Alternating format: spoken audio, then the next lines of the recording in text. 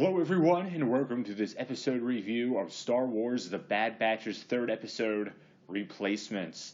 Now, before I get started discussing my thoughts, I just want to say there will be spoilers ahead, so if you have not seen Replacements already, go watch that episode, and then you can come back and check out this episode review. So with that being said, there will be spoilers for the third episode of Star Wars The Bad Batch titled Replacements. In 3, 2, 1, alright, let's get started. Overall, I liked this episode. There was an A plot and a B plot for the episode where we went back and forth between the Bad Batch and what they were doing, and then also what Crosshair was doing back on Kamino and the missions that he was being sent on. In the A plot of the episode, the Bad Batch crashes on a moon, and they have to get a part for their ship back from a creature who takes it. And these events lead to several scenes that are used to further develop the relationship between Omega and Wrecker. And my favorite scene from the A plot of the episode was one of those moments when the Bad Batch's ship is crashing and Wrecker screams, "We're gonna die," only to change his chant to, "We're gonna be fine," once he realized Omega is sitting next to him.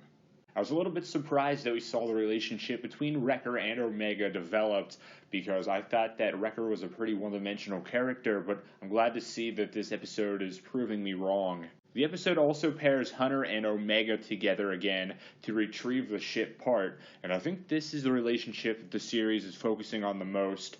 Also, I feel, again, like Echo and Tech were relegated to the background of this episode, and that their characters have the least development of the team members of the Bad Batch. I said this last week, but I am surprised Echo isn't more central to the plot, given that he is the character the audience has spent the most time with, dating all the way back to the first season of Star Wars The Clone Wars. I almost feel like the only reason Echo is in this series is because the Bad Batch arc from The Clone Wars, which was originally conceived about 10 years ago, back when George Lucas was still involved with Star Wars, dictated that Echo be in this series. I just find it odd that Echo was the focus and the heart of the Bad Batch arc from Star Wars The Clone Wars, but now that we are in the Bad Batch series, that is not the case for Echo.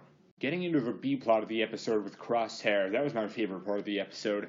I loved it. I was glad to see that the series is continuing the maturity and intensity of Star Wars The Clone Wars, as opposed to being more like Star Wars Rebels and Star Wars Resistance. There were some brutal moments in this episode that worked great for the plot of the story, such as how Crosshair kills the member of his team who wants to take prisoners instead of performing executions. Another favorite moment of this episode was when Crosshair returns to his quarters from that mission, and we saw those quarters in the first episode of this series where Wrecker updates the tally list, and we see how Crosshair looks at the tally list but doesn't update the mission tally, and then just sits on his bed pensively. I really liked that scene. I was also glad to see AZI-3, Lama Su, and Nala Se appear in this episode. The scenes with Lama Su and Nala Se are definitely setting up something involving Kamino, which I am very excited about.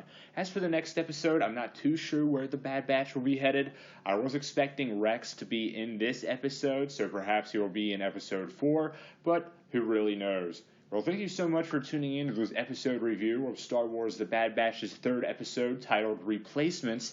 I greatly appreciate it. I would also appreciate it if you have the time to consider checking out my Patreon page, which is linked to below. Again, thank you so much for tuning in. Have a great day, and see you next time.